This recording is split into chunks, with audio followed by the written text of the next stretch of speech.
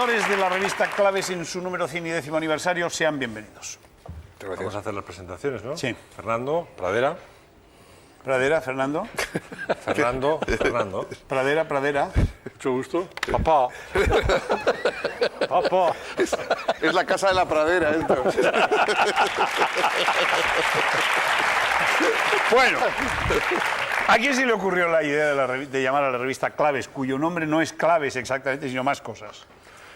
Pues se le ocurrió a la desesperación, porque lo único que teníamos fijado era razón práctica y todos los demás antetítulos que estuvimos poniendo estaban registrados. Y al final, el último que quedó fue Claves. Es que la gente registra todos los nombres imaginables pues, no sé, pistas, reflexiones, no sé qué, todo estaba. Y entonces al final ya, pues lo único que nos quedó fue lo de Claves. Entonces tiene de bueno que se puede usar en corto o en largo, o sea, es decir, para así familiarmente, Claves.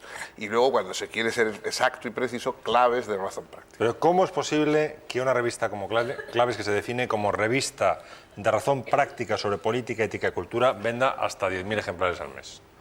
¿Eso te parece poco? No, me parece muchísimo. ¿Cuánto vende pronto? Pues es que la gente está apasionada por la razón práctica.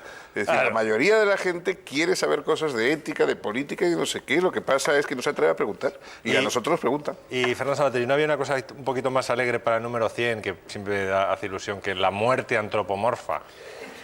Hombre, es que ya sabes, según va pasando el tiempo, las reflexiones se van haciendo un poquito más lúgubres. Pero es un artículo, es un artículo alegre, de fondo. Era un cumpleaños. Sí. Por eso. Pero por si acaso es el último. Esto no es un año más, es un año menos. Exactamente. Bueno, tenemos a dos optimistas en el plató, señoras y señores. Dígame, en los 100 números, 10 años de revista, ¿cuál ha sido el criterio que ustedes han seguido para elegir a sus colaboradores? ¿Quién mandaba artículos? ¿A quienes se les pedía? ¿A los sesudos qué? Hombre, yo por ejemplo a usted le pedí dos. ¿Es verdad? Y de los primeritos, además. Le pedí uno sobre la guerra Del Golfo. del Golfo Sí, señor. y le pedí otro sobre... ¿No te acuerdas? De los primeros, cuando la revista todavía no tenía prestigio, ¿no? Sí. No es verdad, no. Quedamos honradísimos con la colaboración de Fernando. Muchas Y a gracias. partir de ese artículo es cuando empezó su carrera literaria. Bueno, y señor Muchas Pradera, gracias. Fernando está todo el día aquí presumiendo de que es un intelectual, de las cosas que sabe hacer con la cabeza. ¿Qué es un intelectual? Pues un intelectual es el que no sabe hacer otra cosa, ¿no? No creo que sea... Yo, después de darle muchas vueltas, he llegado a la conclusión de que intelectual es el que trata a los demás como si fueran intelectuales. Es decir, el que en vez de intentar hipnotizarles, intimidarles, seducirles, etcétera, trata de despertar en ellos su faceta intelectual, ¿no? Entonces yo creo que cualquiera que trata a los demás como intelectuales es intelectual, aunque se dedica a bombero o a payaso de circo. O sea que es compatible. O sea, se puede ser conde e intelectual. Conde, según de qué. ¿Cuál? Hay condes famosos. El conde Kaiserling, por ejemplo, era un intelectual. Y el Mario Drácula. Conde. No, Mario Conde es apellido, no es título. Eso sí, eso no vale. Bueno, y luego hay artículos un poquito más insólitos para una revista de pensamiento, como el Kama Sutra hispano. ¿Esto a quién se le ocurrió, lo de pedir una cosa sobre el Kama Sutra hispano? Eso fue un artículo que nos mandó un profesor de literatura sobre un texto Pero eso da para... español del 16, Eso da para un que era, artículo... no, hombre, que era en una revista de literatura erótica ¿Del española 16 en del España? 16 en España. ¿No ardieron en la hoguera? Yo creo que no llegaron a publicarlo y lo encontraron en algún archivo. Y además yo creo que él vivía en Holanda. Y el matrimonio gay o las locas en el ejército, todo esto entra dentro de lo que es el... Bueno, Sí, es que, pensamiento actual. es que nosotros cuando hablamos de sociología en plan fuerte, heavy, no nada de esas cosas así. No, pero la razón práctica se aplica a todos los ámbitos de la vida cotidiana, ¿no? El ámbito de la vida cotidiana puede ser cosas tan siniestras como la eutanasia activa o pasiva, o puede ser la insumisión, la objeción de conciencia, el servicio militar obligatorio, la persecución de los homosexuales, la tolerancia, la democracia, los medios de comunicación.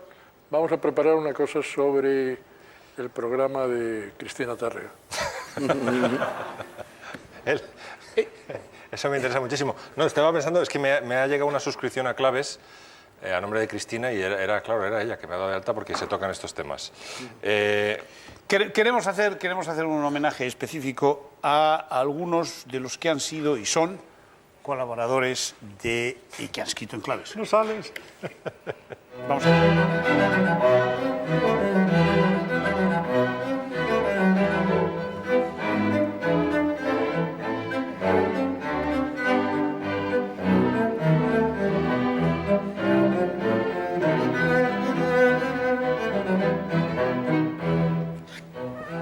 Bien, hemos visto por este orden, por orden inverso, a don Juan Luis Cebrián, nuestro vicepresidente. Ya nos podemos sentar, ¿no? ¿Y por qué no estoy yo en ese chisme? No lo sé, porque Pero eras si tú de los estás primeros. aquí, si tú ya se está viendo. Sí, pues yo quería A salir ver, ahí. sería una redundancia.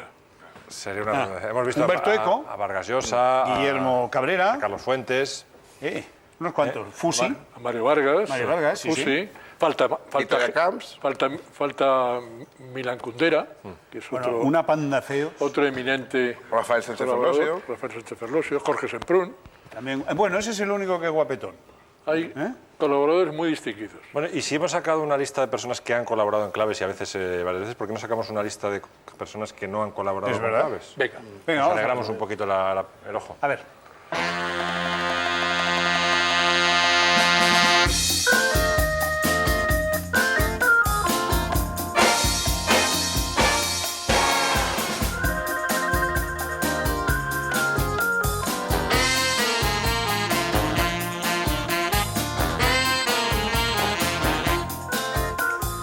Bueno, ¿Por qué no he salido yo en eso? un momento. El caso de Ana Obregón, ha habido una discusión, una redacción, porque estaba dudoso, porque es bióloga y tiene suficiente background intelectual como para poder escribir en esta revista. Más que background, airbag. Bueno, yo pensé que eran sinónimos. Por ejemplo, no hemos publicado ningún artículo de Cecilia Roth, pero seguramente publicaremos un artículo de su padre, De su padre. que acaba de publicar un libro ahora sobre el diario, las aventuras del diario La Opinión en Argentina. Ajá. Mira. Uno que ha salido, uno cuyo resumen de lectura Que ha editado, Sí. que ha editado Musnik. Musnik, ¿no? Sí. ¿Qué es la casa de citas? Fernando. Que es una... Eso es una sección. una Eso es una sección. Yo es que soy muy aficionado a mí me gustan mucho las citas y en fin, me parece que, no sé, me divierte mucho, ¿no? En principio... ¿Le gusta a entonces- usted citar? Sí, me Citar. me excito con frecuencia. Y entonces empezamos al principio con una sección que era que pedíamos a una persona que se retratara a sí mismo por medio de citas. Es decir, no tanto que buscara citas de un autor, sino que él contara sus citas favoritas sobre una serie de aspectos, de tal modo que esa serie de citas fueran como una especie de retrato íntimo, ¿no? Pero luego se nos acabaron las personas que habían leído cosas interesantes, porque claro, había gente que empezaba ya a citar el Kempis y tal. Entonces ya decidimos que eso había que... Y luego hemos empezado a hacer ya sobre autores importantes, ¿no? Entonces una persona que los conozca bien y que haga una antología. Bueno, esto es el número 100, no ha dado tiempo a meter ninguna reflexión sobre el cataclismo político que ha ocurrido en España. Me alegro que me haga usted esa pregunta, señor Pradera, porque en el número 101 va a ir un extenso análisis electoral de José Ignacio Ver sobre las elecciones del 12 de marzo. Eso está muy bien, y que está muy bien que nos lo diga además don Javier Pradera, que es en este momento uno de los personajes más denostados de la prensa. Todo el mundo, salvo un grupo determinado de amigos y lectores, le pone a usted de pipa rabano. ¿Por qué? Bueno, si a mí me pidieran artículos contra mí serían mucho más eficaces, ¿no? Luego, una de las cosas buenas que tiene la revista es que sobre ella hay división de opiniones. Uno se mete muchísimo con Javier y otro muchísimo conmigo. Está bien. Pues No, pero ¿por qué? ¿Por qué? ¿Por qué se meten tanto con usted como analista político y como analista de este proceso electoral, etcétera? ¿Por qué? ¿Que ¿Por qué se meten conmigo? Bueno, no lo sé, pregúntese usted a ellos. Usted Tengo es ni listísimo. ¿Por qué intuye usted que se meten con usted? Venga. Porque no les gustan las cosas que digo. ¿A usted le ha gustado el resultado de las elecciones? Hombre, gustar, lo que se dice gustar,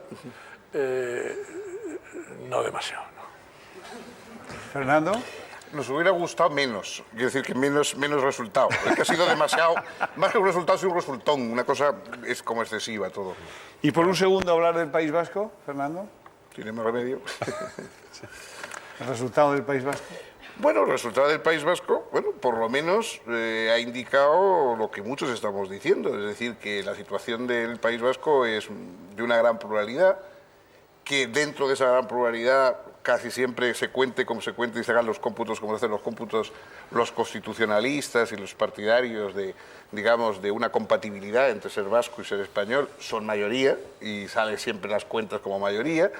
Pero que, en fin, en cualquier caso, lo que sale en las cuentas es sobre una enorme pluralidad, enorme diversidad. Entonces, bueno, supongo que... En la que anida la violencia, desgraciadamente, de una manera... Bueno, anida a la gente que no le gusta la pluralidad, ¿no? Es decir, el violento, después de todo, lo que quiere es hacer tabula rasa, es homogeneizar a la fuerza a la gente, ¿no? La gente es distinta y el violento lo que quiere es unirlos a todos pues, por la fuerza, ¿no? Yo no me acuerdo cuando estaba en la mili, que siempre tenía un sargento que cuando teníamos que saludar o que hacer lo que sea, decía, a ver, como un solo hombre. Yo decía, pero ¿por qué como un solo hombre si somos 325? Quiero decir, pues haremos como 325 hombres, que es lo que somos.